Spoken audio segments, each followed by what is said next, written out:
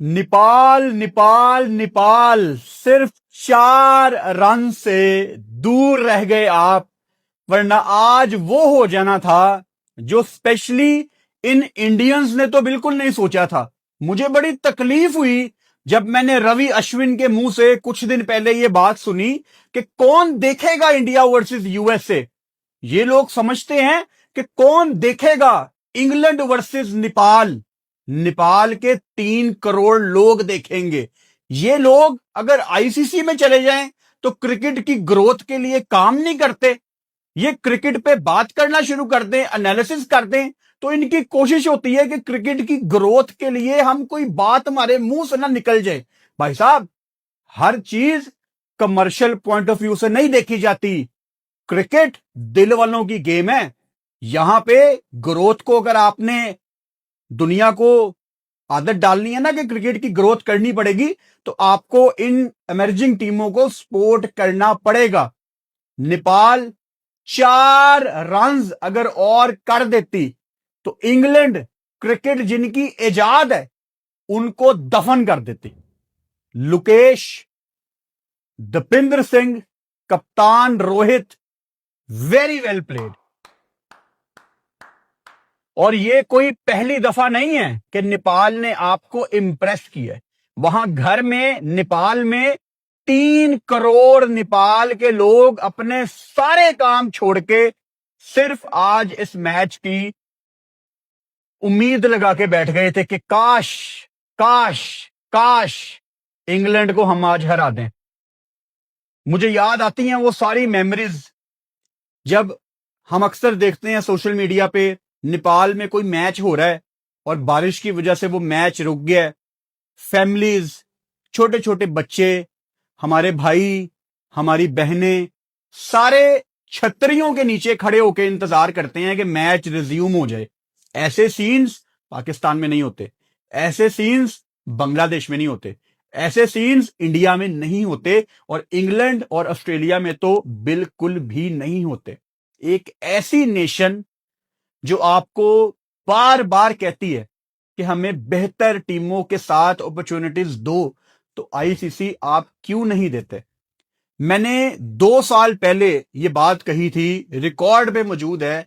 England की team tour कर रही थी इंडिया का, और 2 टेस्ट मैचेस के दरमियान मेरा ख्याल है 9 दिनों का गैप था। और कोई भी क्रिकेटर ना 9 दिन के गैप से खुश नहीं होता। यहां पे आईसीसी को अपना रोल प्ले करना है, अपनी एंट्री करनी है। आई नो आईसीसी का कोई ताल्लुक नहीं है बायलैटरल्स के साथ, लेकिन आईसीसी को यहां गेम की डेवलपमेंट के लिए कुछ तो किरदार अदा करना है ना। अगर इंग्लैंड जैसी टीम मिसाल के तौर पे इंडिया आई हुई है और उनके शेड्यूल में 9 दिन फ्री हैं, तो खिला दो नेपाल को एक 2 डे गेम, एक 3 डे गेम, 1 ऑफ कोई T20, ताकि वो कहीं पे तो इंप्रूव करें। अब जैसे मिसाल के तौर पे अगर हम जोफ्रा आर्चर की बात करें, जोफ्रा आर्चर को 4 ओवर में 42 रन पड़े हैं, और मतलब जोफ्रा आर्चर का एक स्किल है, करते तो वो 146 147 किलोमीटर पर आ रहे हैं, लेकिन दूसरे ओवर में जोफ्रा आर्चर ने 7 बॉलें की, एक बॉल वाइड थी, 7 की 7 बॉलें स्लो वन थे और नेपाल से पिक नहीं हो रहे थे। उसके बाद चौथे ओवर में उसने दोबारा पेस जनरेट करने की कोशिश की, वो 144 किलोमीटर पर आवर को टच कर रहा था, और नेपाल के कप्तान रोहित के पल्ले नहीं पड़ रही थी बॉल। वो शॉर्ट थर्ड अंदर था तो वहां मारना चाहता था, लेकिन उसको बॉल नजर ही नहीं आ रही थी। इसमें रोहित का कसूर नहीं है, नेपाल के कप्तान का कसूर नहीं है, क्योंकि आईसीसी जिन टीमों के साथ सारा साल इनको खिलाता है। अब नेपाल किसके अगेंस्ट खेलती है? यूएई के अगेंस्ट, कनाडा के अगेंस्ट, हांगकांग के अगेंस्ट, चाइना के अगेंस्ट, एशियन गेम्स में पता नहीं अननोन टीमों के अगेंस्ट। वहां पे तो इतना पेस है ही नहीं है। तो आईसीसी जिनके पास इतना ज्यादा पैसा है, वो पैसा जाया कहां पे कर रहे हैं? वो कर रहे हैं यूएसए जैसे कंट्री में वर्ल्ड कप करवा के, जहां वर्ल्ड कप करवा दिया, जहां स्टेडियम बना दिया, और फिर स्टेडियम है ही नहीं आज वहां पे। नासौ क्रिकेट स्टेडियम जो था एक जमाने में।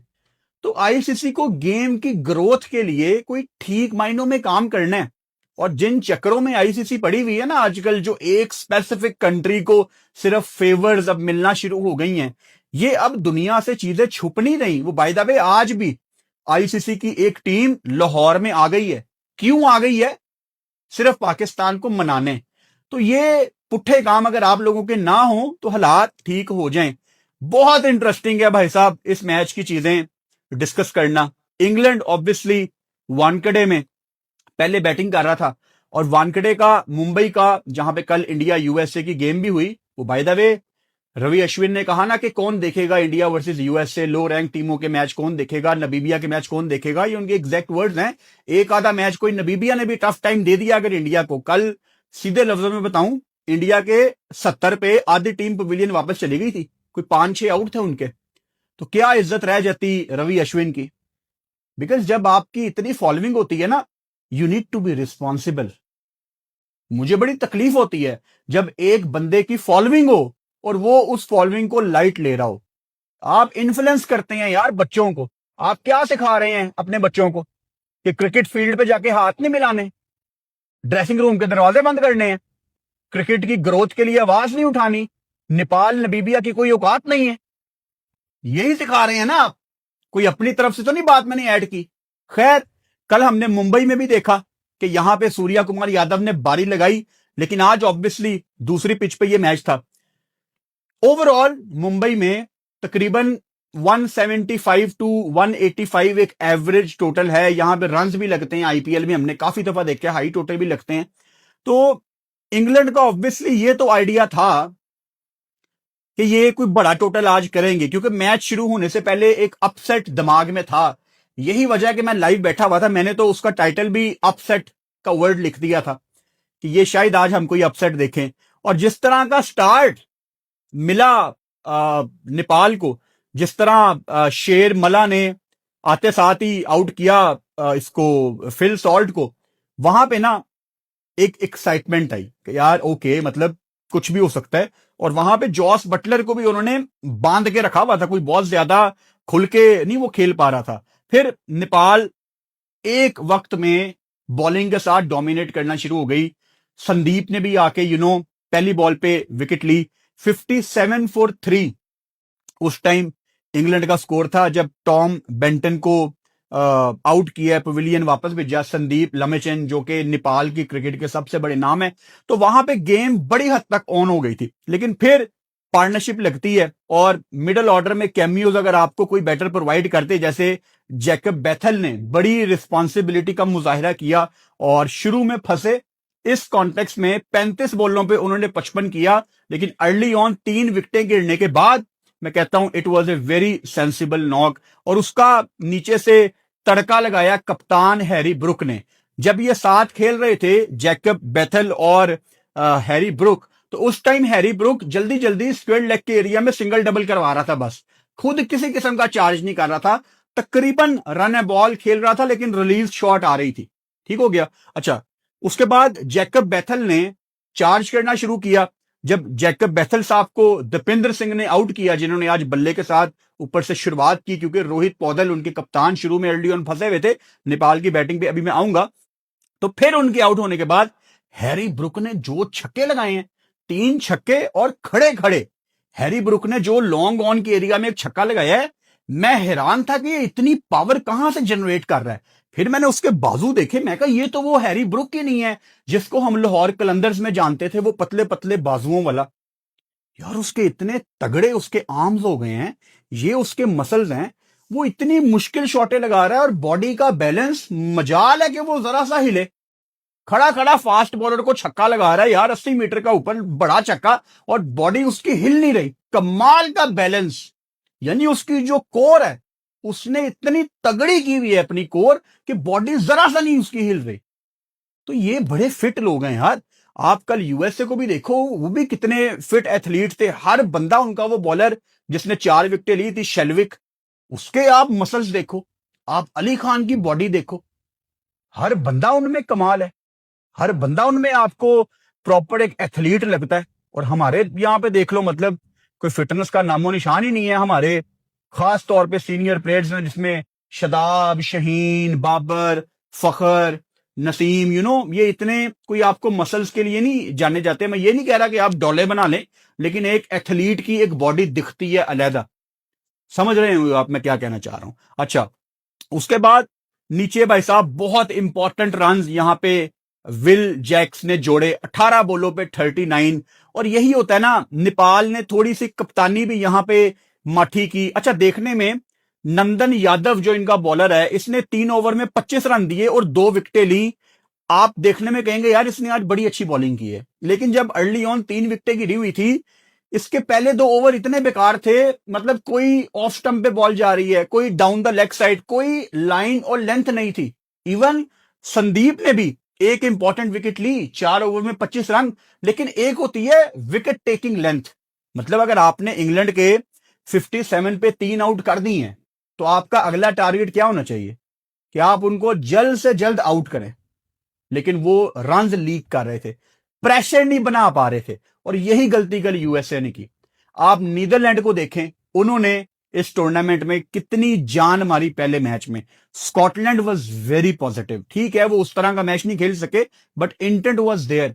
अगर विकेटें गिर रही हैं तो वो थे कि यार we have nothing to lose, हमें तो पता ही नहीं था, 15 दिन पहले हम वर्ल्ड कप खेल रहे हैं, अब हम आ गए हैं, अब हम चार्ज करेंगे।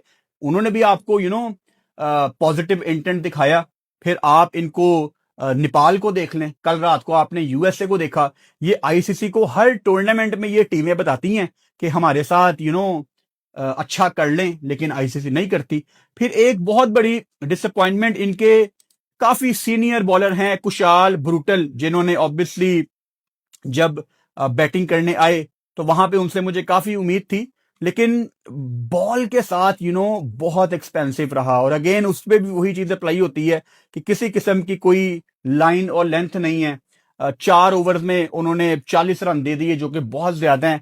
काफी एक्सपीरियंस है इनको, T20 क्रिकेट नेपाल से रेगुलर खेलते हैं। नेपाल में जो लोकल क्रिकेट होती है वो ये सारे खेलते हैं, आसिफ शेख वगैरह, रोहित वगैरह, दीपेंद्र वगैरह, मल्ला वगैरह, करण केसी, ये सारे खेलते हैं वो क्रिकेट। अच्छा, उसके बाद अगर मैं नेपाल की बैटिंग पे आ जाऊं, तो मैं आपको बड़ा ऑनेस्ट होकर बताऊंगा, मुझे लग रहा था कि मिड इनिंग्स में स्कोर ज्यादा है। मतलब इंग्लैंड वर्सेस नेपाल, आपको थोड़ा सा लगता है यार 180 185 थोड़ा ना ज्यादा टोटल लग रहा है।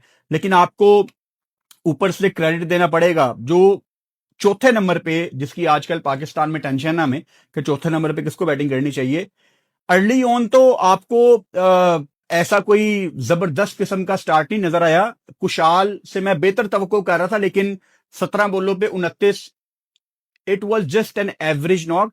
सही मायनों में जो नेपाल को मैच में लेके आया ना, वो दीपेंद्र सिंह लेके आया, जिसने रोहित वॉज 4 बॉलों पे 0, उसको बॉल पल्ले ही नहीं पड़ रही थी। जोफ्रा आर्चर तो उसके साथ खेल रहा था।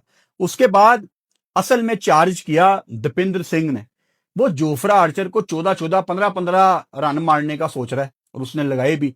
उसने भाई साहब ऊपर से शुरुआत की है। मतलब 6 चौके आप इंग्लैंड को एमी नहीं लगाओगे, आपको शॉट्स आनी चाहिए, एंड प्रॉपर क्रिकेटिंग शॉट्स। अच्छी चीज ये हुई कि दीपेंद्र जब आउट हुआ तो फिर रोहित के बल्ले से रन आना शुरू हुए। लेकिन रोहित ने ना शुरू में जो बॉलें खाई है ना, बॉलें उसने शुरू में जाया बहुत की हैं। फिर दरमियान में सैम करन का मेरा ख्याल है 15वां ओवर था, उसमें बहुत डैमेज कंट्रोल हुआ। आदिल रशीद को भी इन्होंने अच्छा खासा चार्ज किया। डेवसन ने एक ओवर बड़ा अच्छा कर दिया। तो रोहित ने ओवरऑल 34 बॉलें खेली एंड 39 स्कोर। मतलब इससे बहुत बेहतर खेलना चाहिए था। मैं स्ट्राइक रेट मतलब 114, यू आर चेजिंग 185। पता था मुझे कि ये गेम अगर क्लोज जाएगी ना तो कप्तान पे बड़ा ब्लेम आएगा। और मुंबई में इतने नेपाल के लोग ट्रेवल करके आए हुए थे। मैच के बाद नेपाल की टीम ने ग्राउंड का चक्कर भी लगाया, लोगों का थैंक यू भी अदा किया। अभी तो पहला मैच है, अल्लाह करे कि ये टूर्नामेंट में 1-2 मैच जीते यार, मेरी गुड विशेज इनके साथ हैं। और मुझे तो बड़ी खुशी होती है जब कोई इमर्जिंग टीम किसी बड़ी टीम को हराती है। अच्छा, नीचे से जिसने सीन ऑन किया है वो लुकेश बाम था, जिसने 195 के स्ट्राइक रेट से 20 बॉलों पे 39, मतलब आखिरी ओवर में 10 चाहिए था और एक बॉल पे 6 चाहिए था। सैम करन के साथ उसका मुकाबला था। और सैम करन जिनको आज 10 ओवरों के बाद बॉल के लिए लाया गया, दुनिया भर में लीग्स खेलते हैं, राजस्थान रॉयल से खेले हुए हैं, किंग्स 11 पंजाब से खेले हुए हैं, सीएसके से खेले हुए हैं, एमआई केप टाउन से खेले हुए हैं, वहां ऑकलैंड से भी खेले हुए हैं, सिडनी सिक्सर से खेले हुए हैं, डेजर्ट वाइपर्स में ILT20, मतलब कहां से, और इंग्लैंड के तो वो प्लेयर हैं ही हैं। तो उसको इतना तजर्बा है, उसके टोटल 322 T20 मैचेस हैं, उसने कहां आखिरी ओवर में रन होने देने हैं। वो हैरी ब्रुक ना आके सैम करन को कुछ समझा रहा था। मैं कहा जितना सैम करन को तजर्बा है ना ऐसी सिचुएशन में बॉल करने का, असल में सैम करन से लोगों को पूछना चाहिए कि उस्ताद जी क्या करना है, लेकिन उसने कर जाना था डिफेंड। उसके यॉर्कर बड़े पक्के यॉर्कर हैं। बहुत उदास हूं मैं नेपाल के लिए, काश ये मैच जीतते, लेकिन पहला अपसेट अभी भी हमें इंतजार है। बस मेरी दुआ ये है कि अपसेट हमारे अगेंस्ट ना आए, बाकी अगर किसी ने किसी को हराना है तो मुझे कोई टेंशन नहीं है। आज सुबह न्यूजीलैंड ने बड़ी आसानी से अफगानिस्तान को हरा दिया था, उसकी वीडियो मैं कमेंट बॉक्स में पिन कर रहा हूं, वो वीडियो आप लाजमी देखें। और अगर आपने ये वाली वीडियो देख ली है तो इस टाइम शायद ऑलरेडी मैं श्रीलंका वर्सेस आयरलैंड के मैच के लिए लाइव होऊंगा, आप मुझे लाइव भी ज्वाइन कर सकते हैं। सो आ जाओ लाइव में, या न्यूजीलैंड अफगानिस्तान की वीडियो देखने के बाद लाइव आ जाओ।